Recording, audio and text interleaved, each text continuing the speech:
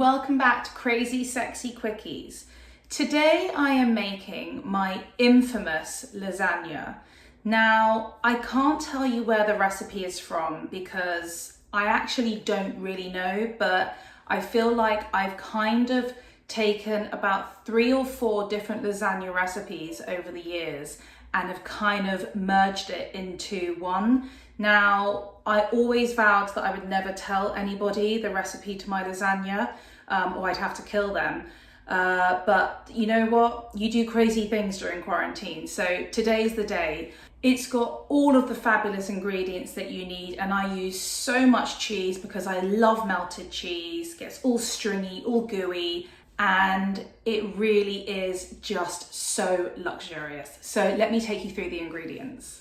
So we have some amazing minced beef from good old H.G. Walter. So I've got about 500 grams of that. And then I've got all of the usual suspects. I've got Parmesan, mozzarella, some parsley just for garnishing. I've got milk to make the bechamel because we don't buy any shop-bought bechamels around here. And I've obviously got my flour for the bechamel. I've got my lasagna sheets. I've got passata and chopped tomatoes and tomato paste.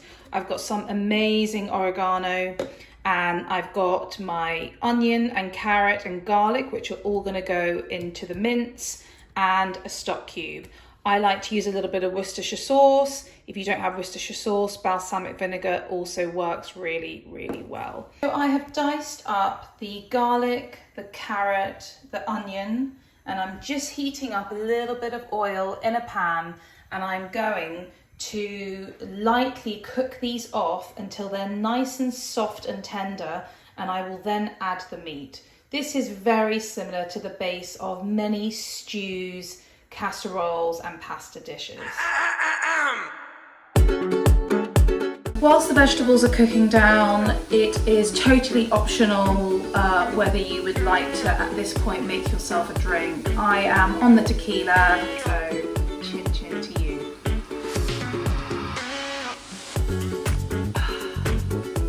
The vegetables are nice and softened, and it's now time to add in the meat. Once the meat's in, you need to really start cutting it up with the back of your spoon, immerse frying it in with all the veg. Make sure it gets completely browned until we go on to the next stage. And this will take several minutes, depending on how high your heat is. As you can see, the meat is really browning up. It's releasing all of its natural juices.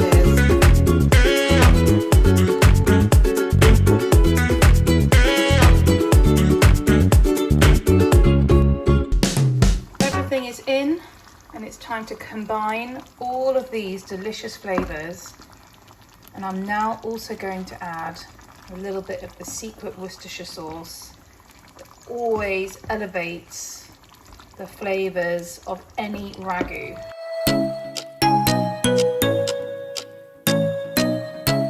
I've turned the heat down slightly, and I'm going to cover this for about 20 minutes and let it simmer and just really get super tender and so delicious. Use the cooking time wisely, keep drinking. Whilst the meat is simmering and tenderizing, you could put a drink down and start with your bechamel sauce. Now, I'm sure if you've followed some of my videos before, I do not like using butter and will always try and find an alternative where possible. So my bechamel is actually used with olive oil as a replacement. So I'm halving my recipe a little bit. So I'm doing 2 tablespoons of oil to 2 tablespoons of plain flour to 2 cups of milk to 1 cup, if not a little bit more, of Parmesan cheese. Before we get started, let me just show you a little sneak peek of this ragu. Yes. So the aim of the game for my method of making the bechamel, obviously it's not traditional, so again, all your haters, you can pipe down. So I've heated up the oil, and I'm now going to take it off the heat and I'm not going to be able to do this all at once. I'm going to take it off the heat and put in the 2 tablespoons of flour and whisk it until it's blended and put it back onto the heat, and then I'm going to add the milk and I'll meet you on the other side. All the milk is in and I'm just trying to make sure that there's no lumps. There's a little one there. And I'm going to then turn the heat up to medium, and the whole point of this exercise is to thicken up the sauce. I'm going to add in the Parmesan, which will help to that. Season it a little bit until I've got my desired consistency for bechamel sauce. So I've just turned the sauce off and I'm just having a little peek at it, and look how luxurious this looks. That is pretty much done, and I'm going to just keep the lid on and let that sit and sort of marinate in its juices until I'm ready to construct the lasagna. Now this has just been a few minutes and you can see how much the sauce has thickened. It's coating the back of the spoon. I reckon another couple minutes I'm going to add in a good healthy cup of Parmesan, and we are going to then be ready to construct this bad boy lasagna.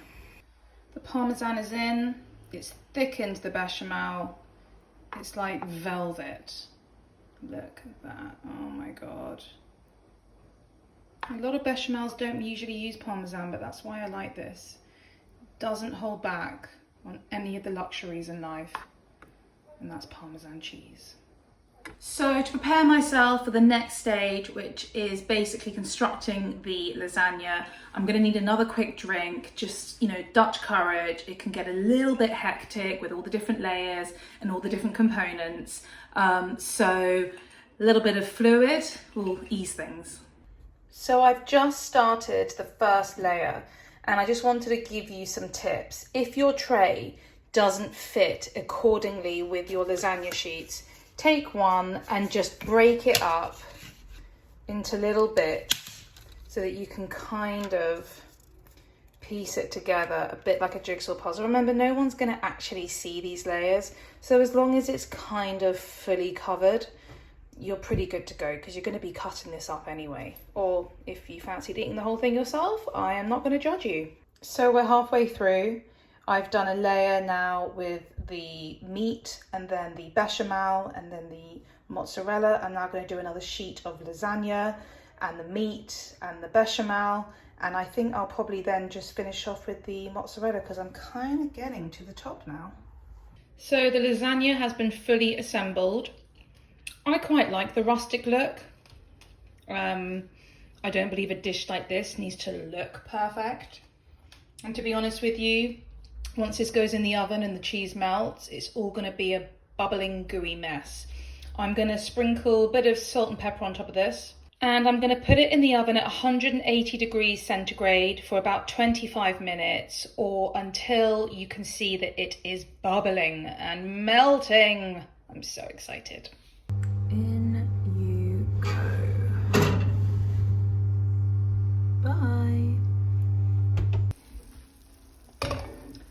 Oh my God, look at this. Look at this. This looks amazing.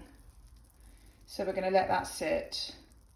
I'm going to also garnish it with a bit of fresh parsley that I've just chopped up. And then it's time to plate it up and put it right in my mouth where it belongs. Thank you so much for watching this delicious demo of what I'm now going to call the Lover's Lasagna. I look forward to seeing you all next time. Cheers!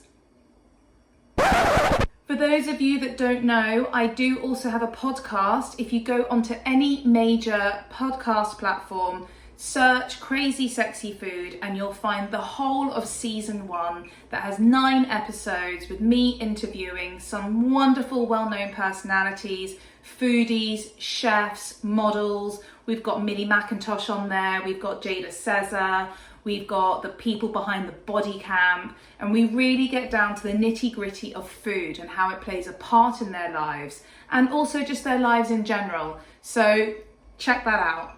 Bye.